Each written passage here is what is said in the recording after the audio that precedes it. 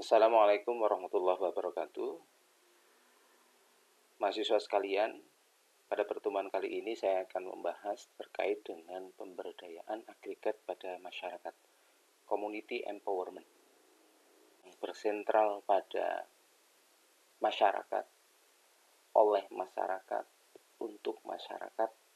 Itu adalah bagian dari upaya mensejahterakan masyarakat itu sendiri, kemandirian untuk memenuhi kebutuhan sumber daya manusianya sendiri untuk masyarakat. Pada kali ini, mahasiswa sekalian, akan saya jelaskan terkait dengan pemberdayaan agregat pada masyarakat, terutama lebih spesifik pada pemberdayaan kesehatan. Baik, kita berawal dari masalah pembangunan kesehatan. Pemberdayaan kesehatan itu juga mempunyai hambatan, masalah atau fenomena yang selama ini ada di masyarakat, yang terutama adalah minimnya dan tidak meratanya sarana dan prasarana, sehingga proses pelaksanaan itu tidak berjalan dengan efektif karena sesuai dengan letak posisi di Indonesia, sesuai dengan kondisi geografis, tingkat kemampuan sosial, ekonomi, pendidikan, lingkungan di masyarakat itu yang berbeda-beda. Fenomena selanjutnya adalah meningkatnya beban penyakit, emerging epidemic and persistent problems, sebagai penyakit menular. Yang terbaru ini misalkan corona, malaria, dengue, DBD, TBC, dan HIV/AIDS, yang tentunya penyakit-penyakit ini memang angkanya selalu meningkat. Angka kesakitan tidak menular dan degeneratif atau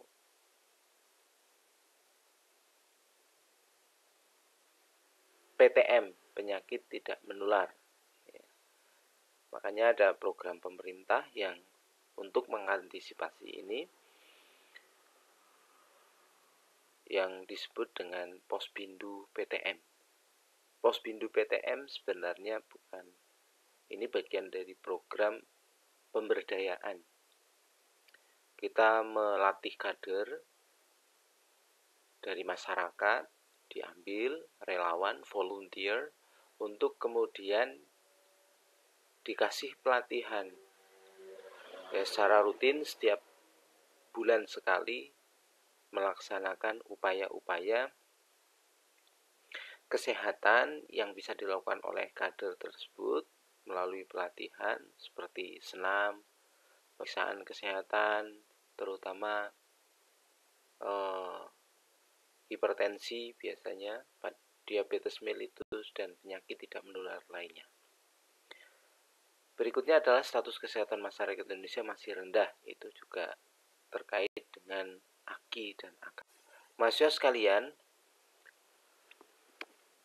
seperti yang tadi saya sedikit jelaskan di awal, bahwa konsep pemberdayaan adalah menjadikan suasana kemanusiaan, kesejahteraan yang adil dan beradab menjadi semakin efektif, struktural di kehidupan keluarga, masyarakat tentunya ya, terus negara, regional, internasional, maupun dalam bidang politik, ekonomi, dan lain-lain. Meningkatkan kemampuan masyarakat melalui pelaksanaan berbagai kebijakan dan program pembangunan. Ini hal yang penting, memfasilitasi masyarakat untuk meningkatkan kesejahteraannya dengan pemberdayaan masyarakat. Pemberdayaan masyarakat itu sendiri merupakan strategi yang tepat membantu masyarakat untuk meningkatkan status kesehatannya. Pernyataan ini didukung oleh SK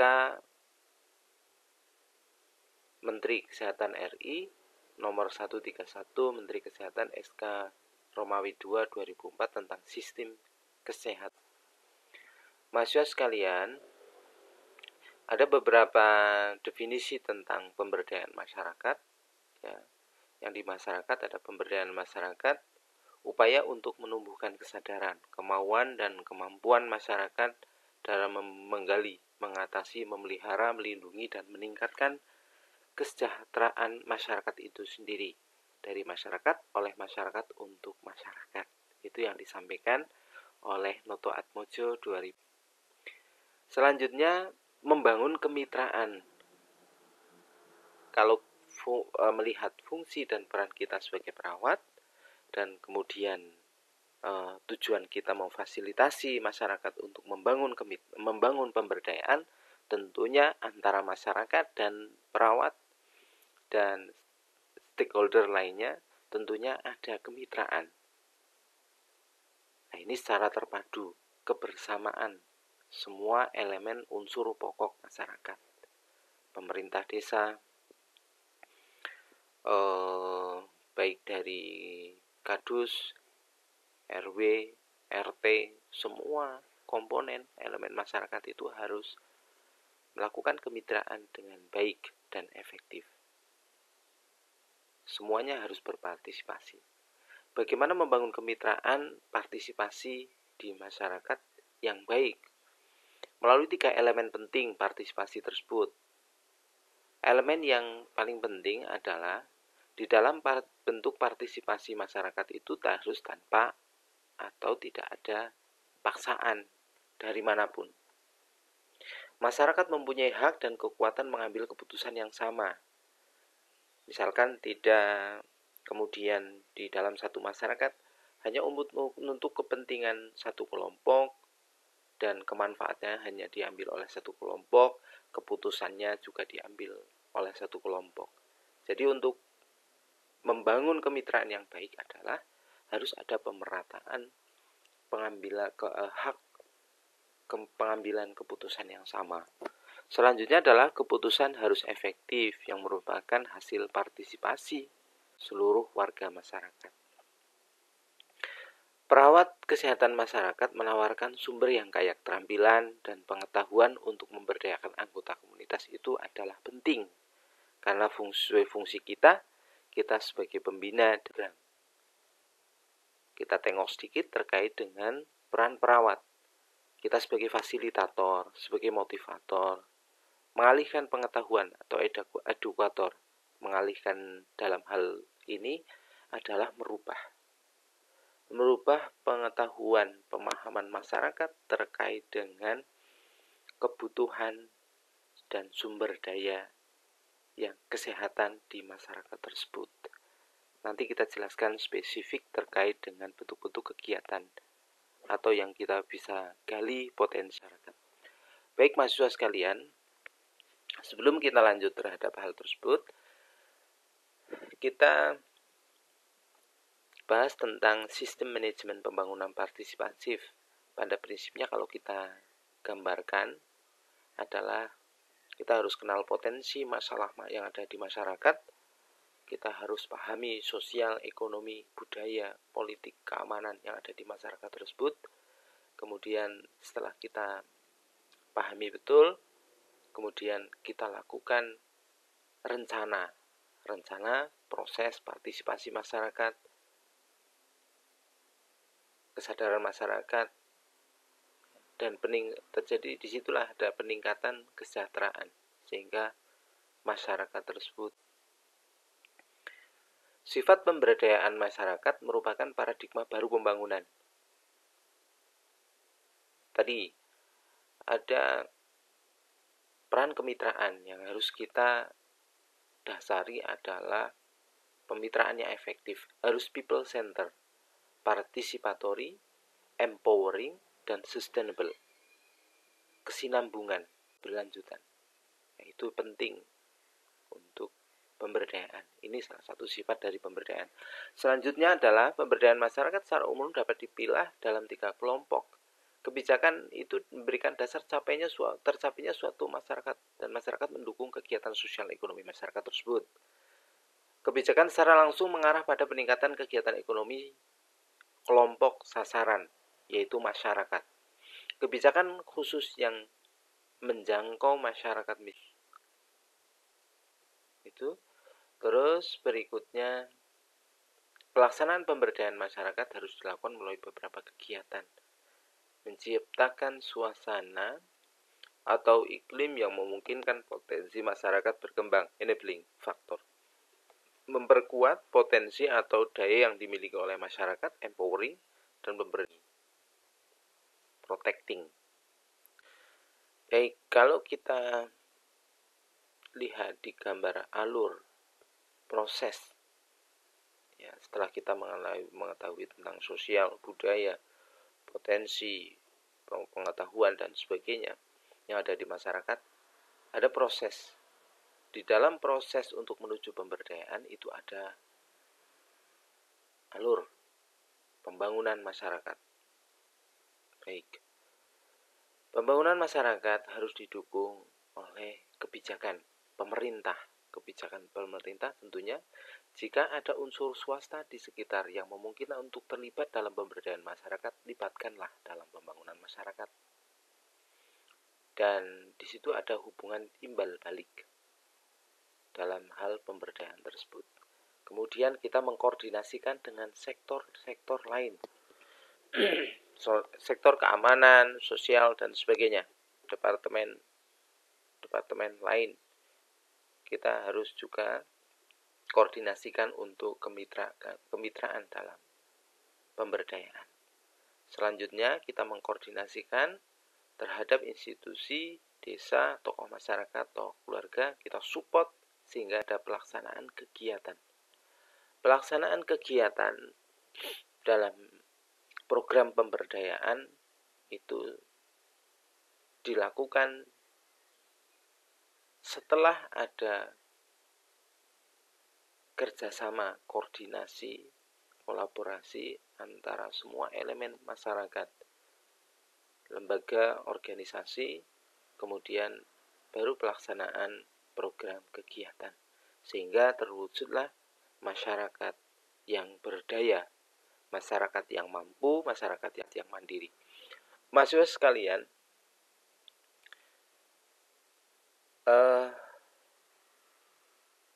pembangunan masyarakat itu apa? Yang kita kenal dengan pemberdayaan masyarakat, yang kita harus pahami adalah pembangunan masyarakat itu ada pembangunan masyarakat, pembangunan yang bertumbuh pada masyarakat, pembangunan digerakkan oleh, tadi intinya sudah dijelaskan di atas. Selanjutnya, mahasiswa sekalian, strategi dan tahapan pemberdayaan masyarakat. Strategi yang pertama, pengetahuan dan pengertian tentang apa yang dikerjakan dan bagaimana melaksanakannya. Membangun pengetahuan juga kadangkala di masyarakat itu tidak mudah. Membangun pengetahuan, pemahaman, dan pengertian masyarakat juga tidak mudah melalui proses. Sehingga proses langkah strategi itu perlu dipikirkan bagaimana merubah pengetahuan masyarakat. Kemudian setelah merubah pengetahuan masyarakat, bagaimana masyarakat itu punya keinginan untuk merubah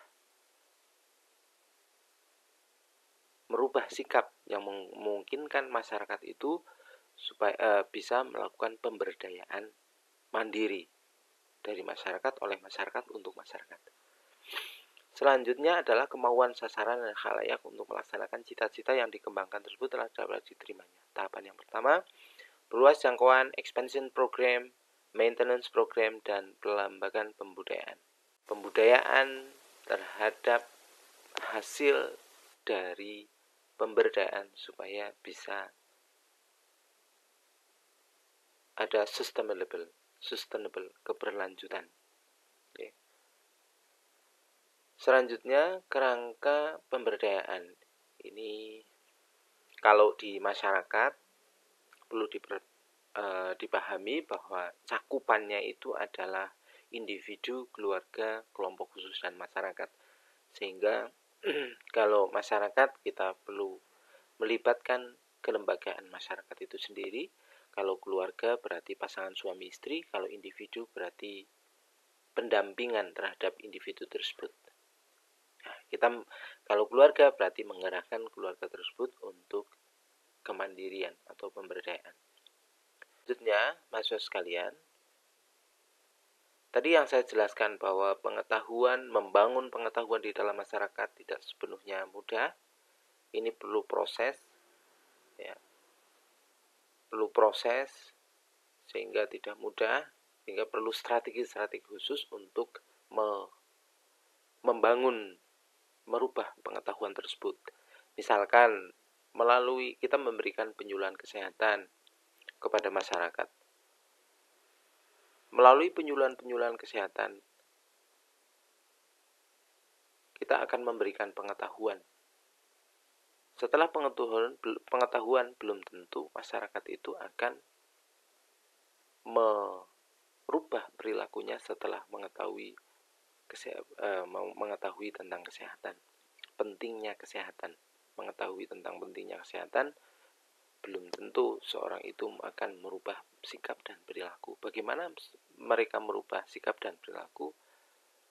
Itu kita juga perlu secara intensif yang efektif untuk melakukan pendekatan kepada masyarakat dan lembaga tentunya. Selanjutnya, mahasiswa sekalian, proses pemberdayaan, kita memberikan informasi kesehatan, akan terbangun kesadaran, pengetahuan kesehatan, kemampuan kesehatan untuk merubah, sehingga ini menjadi budaya sehat, didukung oleh fasilitas kesehatan, sarana prasarana, dan daya support dari pemerintah dan sebagainya. Selanjutnya adalah pemberdayaan masyarakat harus melalui 4 hal. Gerakan masyarakat, menekankan peran pemerintah sebagai regulator dan fasilitator, menumbuhkan wirausahawan social entrepreneur, menumbuhkan kemandirian. Saya akan berikan penjelasan satu konsep, mengingatkan kembali pada mahasiswa sekalian yang sudah pernah pelajari terkait dengan konsep model keperawatan. Saya akan sampaikan Health Belief Model by Rosenstock tahun 1997.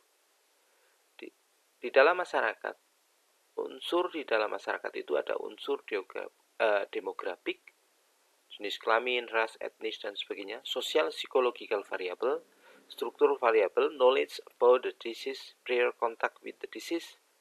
Ini adalah unsur yang ada di dalam masyarakat, karakteristik yang ada di masyarakat, yang harus kita pertimbangkan, yang harus kita pahami sebelum kita berpikir untuk merubah pola perilaku. Budaya juga termasuk di dalamnya. Pengetahuan juga termasuk di dalamnya unsur yang harus dipertimbangkan sebelum seseorang merubah. Berikutnya, setelah kita memahami betul, ya, berdasarkan teori dari Rosenstock and Stretcher, ini setelah kita memahami betul tentang demographic variable, kita kaji dan kita gerakan melalui proses hingga kelompok masyarakat, individu ataupun keluarga itu bisa merubah persepsinya. Perceived susceptibility, perceived severity, perceived benefit, dan perceived barrier. Bagaimana persepsi terhadap jika kita mempertahankan hal tersebut?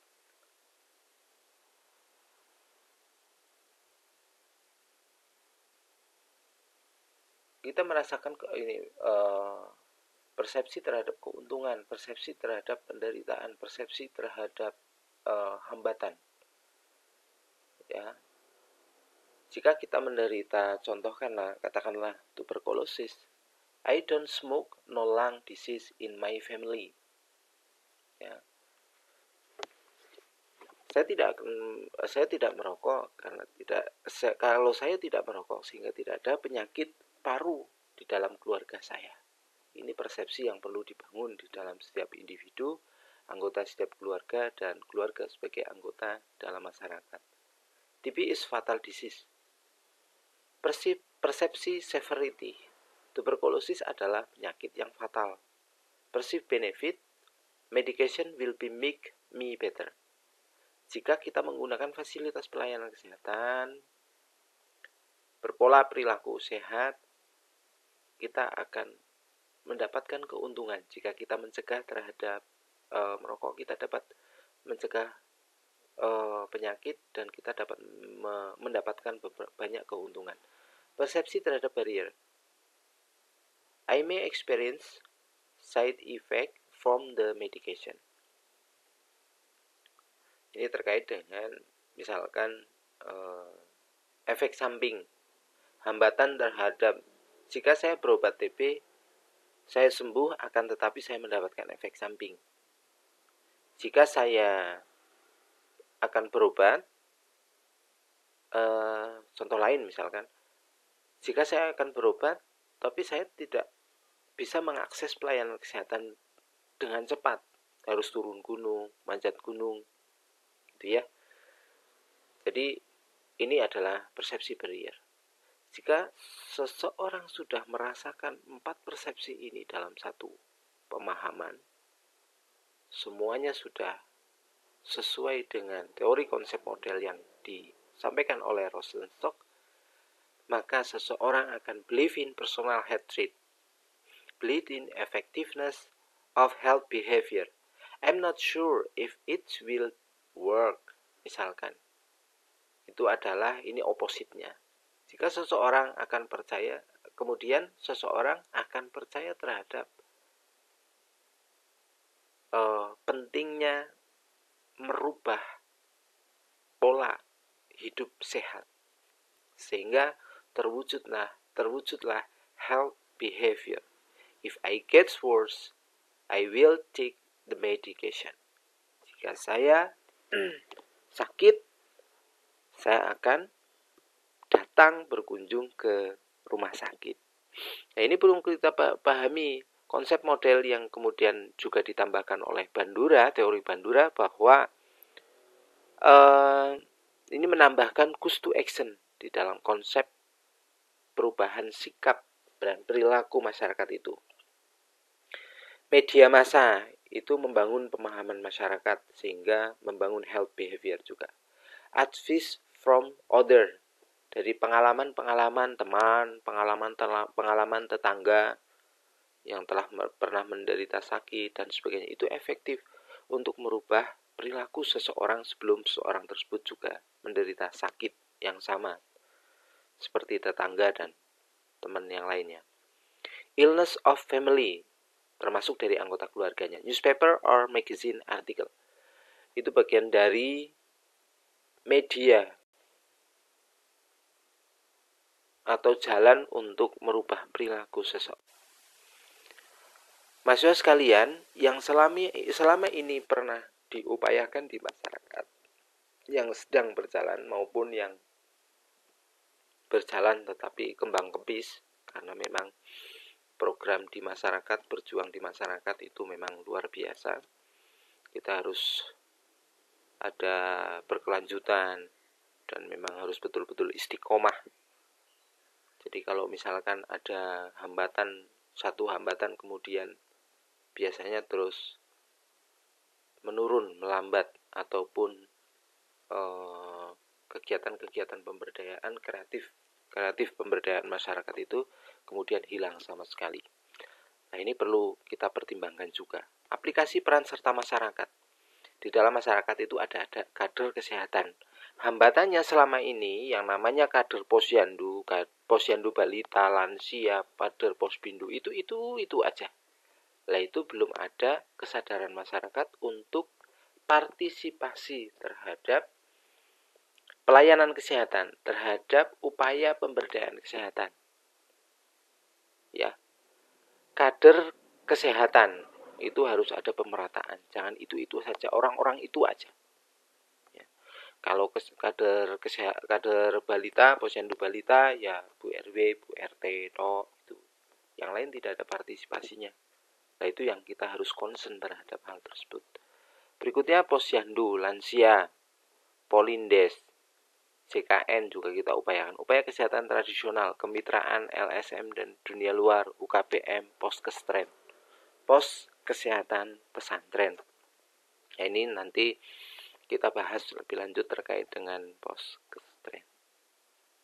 Baik, tentunya semuanya sudah tidak awam, mahasiswa sekalian sudah mengetahui terkait dengan kegiatan-kegiatan yang sifatnya pemberdayaan masyarakat. Manfaat yang diharapkan dari program pemberdayaan masyarakat meningkatkan kesejahteraan jangka waktu panjang berkelanjutan. Meningkatkan penghasilan, perbaikan penghidupan masyarakat di kelompok dengan penghasilan kecil. Kalau kita fokus pada pemberdayaan kesehatan, masyarakat itu produktif, berdaya, maka akan meningkatkan penghasilan keluarga. Meningkatkan taraf sosial ekonomi masyarakat. Meningkatkan penggunaan sumber-sumber pengembangan secara efektif dan efisien. Program pengembangan dan pemberdayaan pelayanan kesehatan yang lebih efektif, efisien, dan berfokus pada customer. Proses pengembangan yang lebih, sekali lagi, demokratis, artinya dari masyarakat, oleh masyarakat, untuk masyarakat. Sedikit tadi yang sudah saya sampaikan terkait dengan hambatan-hambatan bagaimana merubah pola pengetahuan, perilaku, sikap masyarakat untuk lebih healthy behavior.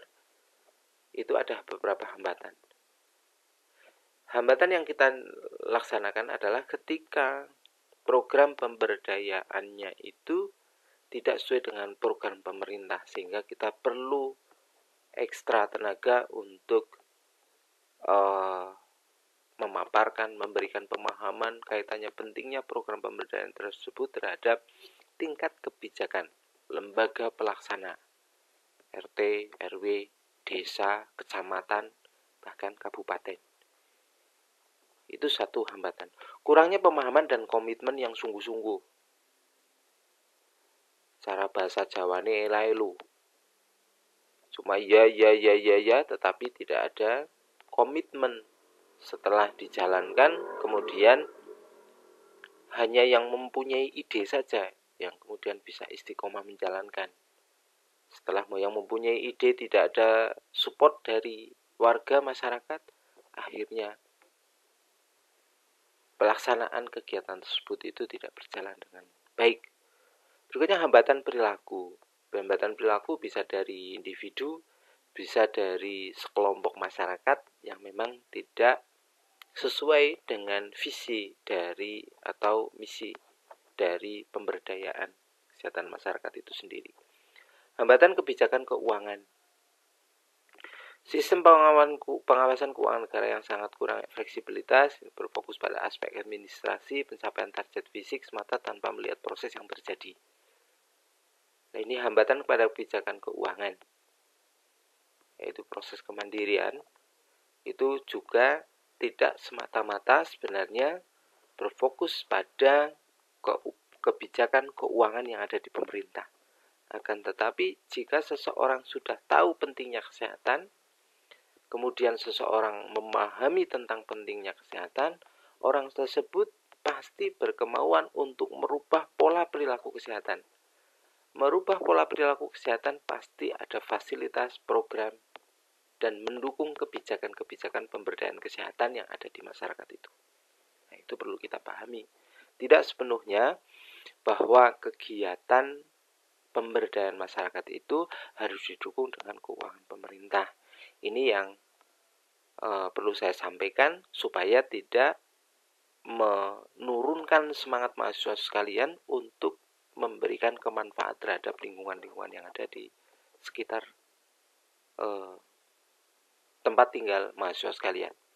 Kurang koordinasi program, proyek, dan tingkat internal itu juga satu hambatan. Jadi kesimpulannya mahasiswa sekalian, bahwa proses pemberdayaan di dalam masyarakat itu bisa dilakukan di dalam kelompok masyarakat seperti tadi sudah dicontohkan. Di dalam kelompok lansia kita lakukan pemberdayaan supaya lansia itu berdaya guna. Lansia berdaya guna dilakukan pemeriksaan kesehatan, ada keterampilan membuat keset yang bernilai ekonomi, keterampilan-keterampilan yang lainnya juga yang bernilai ekonomi. Itu satu bentuk pemberdayaan, sehingga lansia tersebut itu merasa masih berguna dan menghasilkan atau menjadi sumber ekonomi lansia tersebut. Selanjutnya, contoh yang lain misalkan posyandu balita, pospindu PTM, pos pembinaan terpadu penyakit tidak menular. Kita berikan sosialisasi, pemahaman, merubah sikap perilaku masyarakat untuk supaya bisa mandiri, melakukan menjaga kesehatan, kesehatannya dari penyakit tidak menular, exercise secara rutin, menjaga pola makan, nutrisinya, terus kemudian aktivitas yang tidak disarankan, dan lain sebagainya. Itu merupakan satu bentuk-bentuk pemberdayaan di dalam masyarakat. Saya kira itu saja. Sekali lagi terima kasih mahasiswa sekalian. Selamat belajar. Apa yang kami sampaikan tentu telah amat sedikit, sehingga perlu ditambah dengan banyak membaca. Dari saya, kalau ada kurang mohon maaf. Billahi fisabilil haq, sabil khairat. Assalamualaikum warahmatullahi wabarakatuh.